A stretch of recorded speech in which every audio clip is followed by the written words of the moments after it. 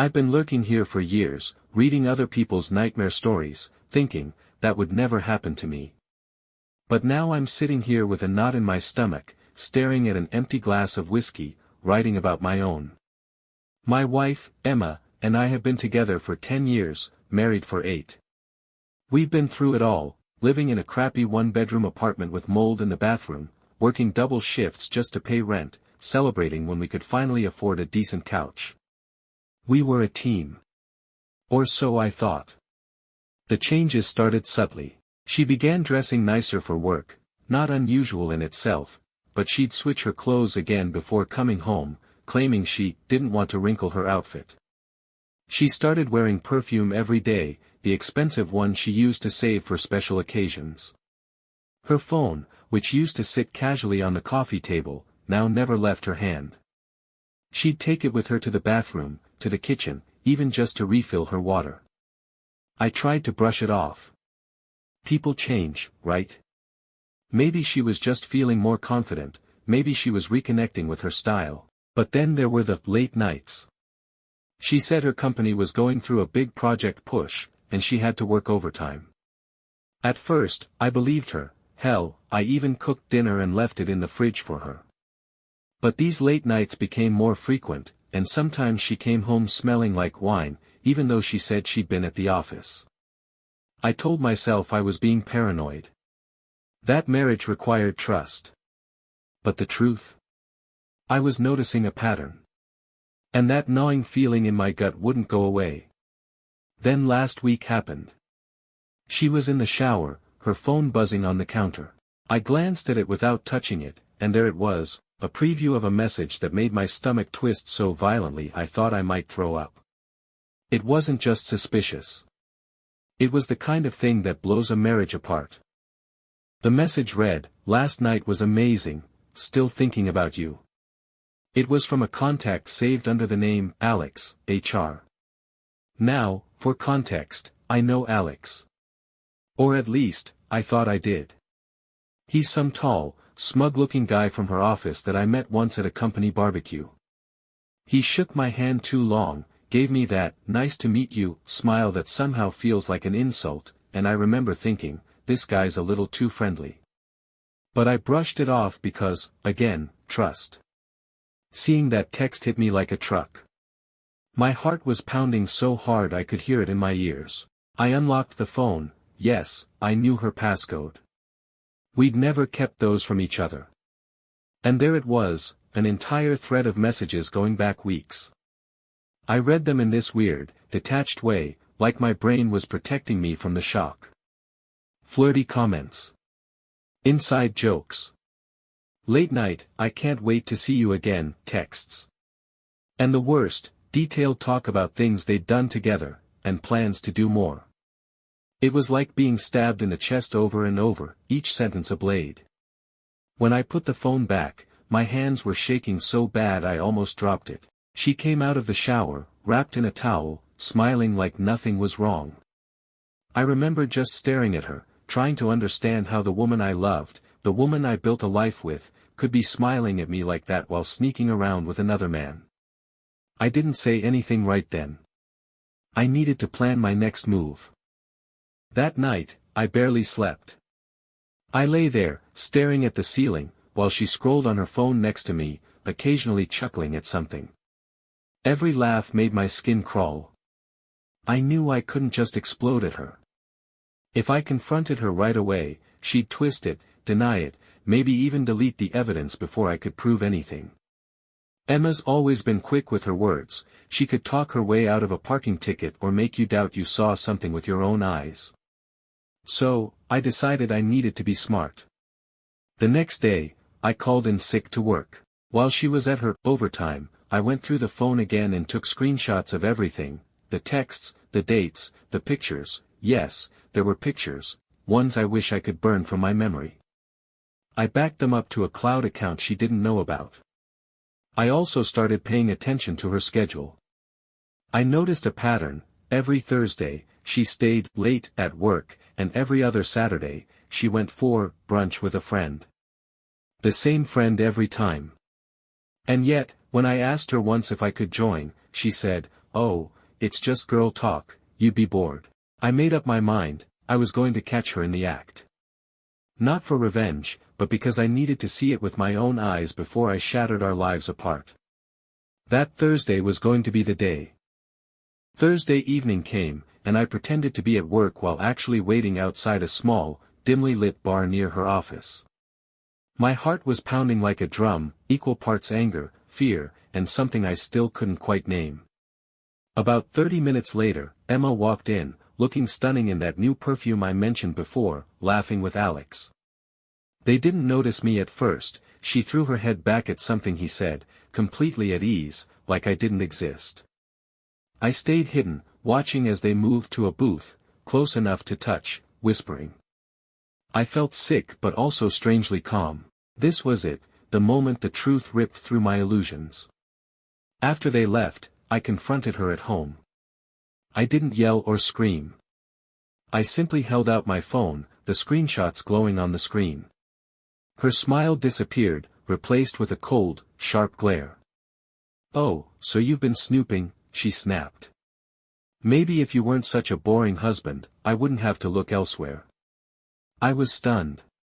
I expected denial, maybe tears, but that bitchy, venomous response.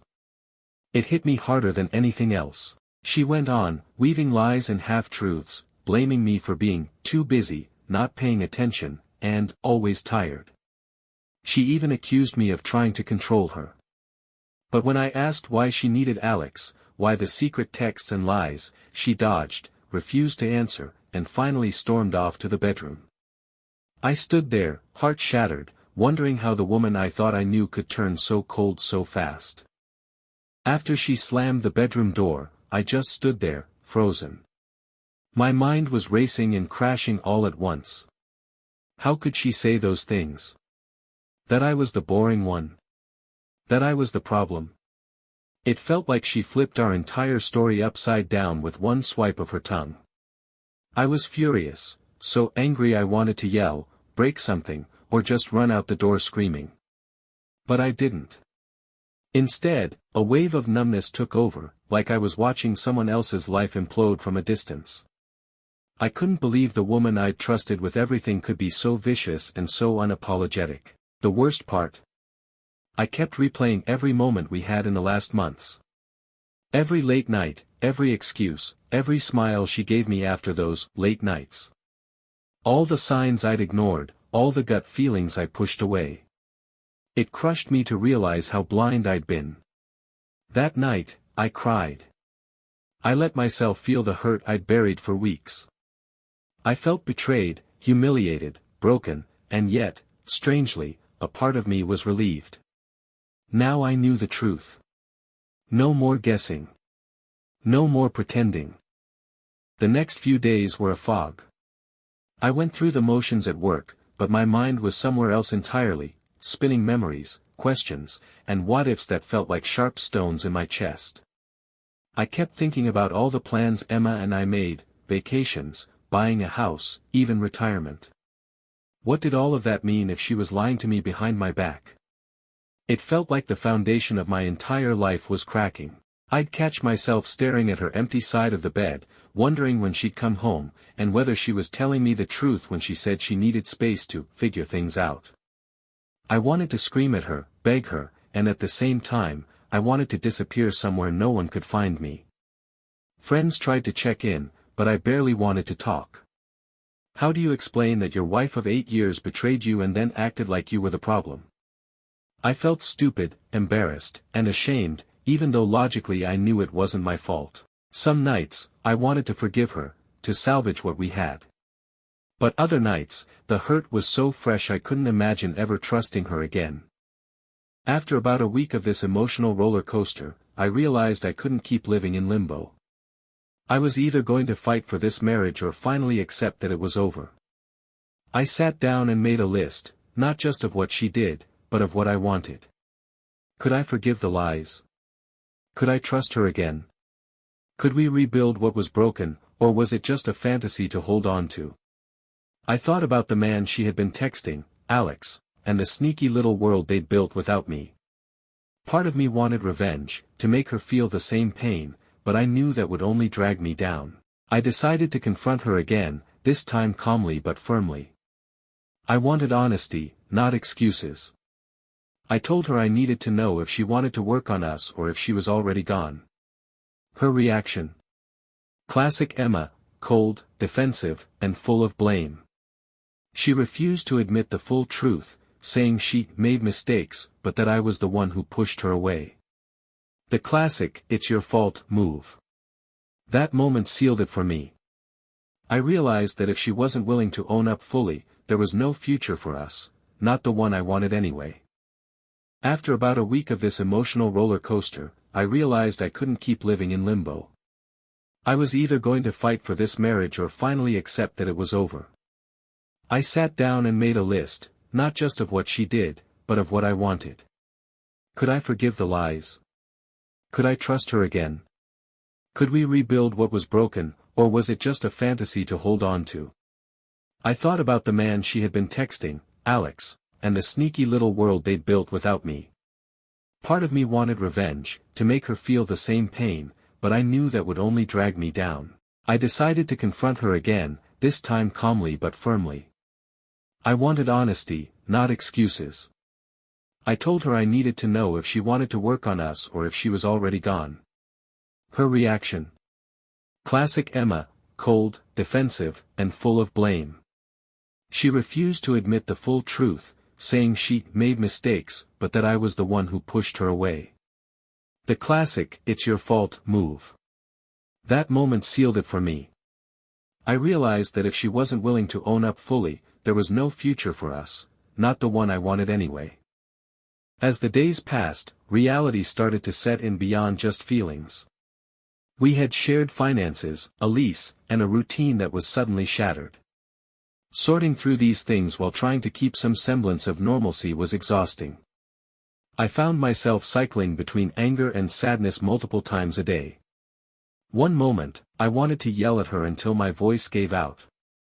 The next, I'd break down alone, wondering where it all went wrong. Friends kept asking if I was going to kick her out, or if I planned to save the marriage. I honestly didn't know. Part of me wanted to believe we could fix it, but trust, once broken, is a tough thing to rebuild. Emma, meanwhile, swung between being cold and distant to suddenly being overly sweet, like she was trying to patch the holes she made with quick band-aids. I wasn't sure if she was genuinely remorseful or just scared of losing me. Every time she lied or omitted the truth, the wound reopened. I realized forgiveness wasn't just about saying, "I'm sorry," it was about changing behavior, something she wasn't ready to do. Through therapy, I started understanding that healing isn't linear. Some days I'd feel strong, other days crushed. But I was beginning to put myself first, and that was new. One evening, after weeks of emotional chaos, I had a moment of clarity. I was sitting alone in the living room, the house eerily quiet except for the hum of the heater, when it hit me, I couldn't keep living for her, not anymore. I had to live for me. That didn't mean forgetting what happened or pretending everything was fine. No. It meant acknowledging my pain but refusing to let it define me. It meant standing up for my worth, my dignity. I realized I'd spent so much time trying to hold our marriage together that I forgot to ask what I really wanted. Was I clinging to a memory, or was there a future worth fighting for? When Emma came into the room that night and tried to start a conversation, I was calm but firm. I told her I was done with the lies, done with the excuses, and done with being the only one trying. For the first time, I saw a flicker of something in her eyes, maybe regret, maybe fear. But it was too little, too late. I knew then that whatever happened next, I was reclaiming my life. The days after that night were surreal. Emma started spending more time away, sometimes at friends', sometimes working late. I didn't chase her anymore. For once, I stopped trying to fix what felt irreparably broken. I focused on myself. I went back to the gym, reconnected with old friends, even started journaling again, something I hadn't done since college. It felt like reclaiming parts of me I'd lost in the haze of marriage and betrayal. But there were still moments when the pain hit hard. Driving home and expecting her to be there. Seeing something on TV that reminded me of our plans. Waking up and realizing the bed beside me was empty. It was lonely. Excruciatingly so. But in that loneliness, I found strength I didn't know I had. I began talking more openly with the therapist about boundaries, forgiveness, and moving on, whether that meant staying or leaving. I learned it wasn't a straight path, and it was okay to feel conflicted. Emma and I weren't officially separated yet, but the distance between us felt wider than ever, maybe permanently. I've spent a lot of time thinking about trust, what it means and how fragile it really is. Trust isn't just about not cheating or hiding things. It's about feeling safe enough to be yourself without fear. And once that's broken, it's damn hard to put the pieces back together. I realized I had been giving Emma the benefit of the doubt for so long that I ignored the warning signs. I convinced myself she wouldn't hurt me, even when my gut screamed otherwise. That was on me, and it's a lesson I won't forget. But I'm also learning that healing doesn't mean pretending everything's okay. It means accepting the pain, owning your feelings, and deciding what you deserve. I deserve honesty. I deserve respect. And maybe most of all, I deserve peace, with or without her. I don't know where this road will take me yet. I'm not sure if Emma and I will find our way back or if this is the end of us. But I do know one thing, I'm done being the guy who ignores his own pain to keep a facade alive. Slowly, I started putting the pieces of my life back together, bit by bit, day by day. I picked up old hobbies I had shelved years ago, started going to meetups, and even signed up for a cooking class, something Emma always joked I'd never survive. Rebuilding didn't mean forgetting her or what happened. It meant choosing to focus on myself, my future, and the person I wanted to be, without waiting for Emma to decide if she wanted to come along or not. Some days, the loneliness was a heavy weight, but other days, I felt a spark, a reminder that I'm still here, still capable of hope, still worthy of love. We haven't finalized anything yet, divorce talks are on the table but still months away. I don't want to rush decisions fueled by pain or anger. Instead, I'm learning to live in the gray, to accept uncertainty without losing myself. Emma and I still communicate occasionally. It's awkward, sometimes bitter. But I'm no longer begging for answers or validation. I'm building a life where I come first. If you're reading this because you're hurting, because you caught your partner cheating or suspect something's off, I want you to know this, you're not alone, and your feelings are valid. Betrayal cuts deep, and it's okay to feel broken. But also remember this, your worth isn't tied to someone else's loyalty. Don't lose yourself trying to hold together a relationship that's already cracked. Trust your gut, and don't be afraid to ask for help. Therapy saved me from drowning in my own head. Don't rush your decisions. Healing is messy and nonlinear. Some days you'll feel like you're moving forward, others, like you're back at square one. That's normal. And finally, whatever you decide, whether it's fighting to save the relationship or walking away, make sure it's what you want, not what guilt or fear is pushing you to do. Looking back, I realized that discovering Emma's betrayal shattered more than just our marriage, it shattered my sense of certainty about everything I thought I knew. But it also forced me to confront parts of myself I'd ignored for years. This journey has been brutal and heartbreaking, but it's also been a wake-up call. I've learned that love isn't enough on its own, respect, honesty, and trust have to be the foundation. Without those, it's just a house built on sand. I don't know exactly where I'll be in 6 months or a year, and that uncertainty is scary. But I'm starting to believe that sometimes, the most painful endings are the beginnings of something better, for both of us, whatever that looks like. If you're going through something similar, hang in there. It hurts now, but you will come through stronger. And whatever happens, don't lose sight of your own worth. You deserve that much, at least. Thanks for listening.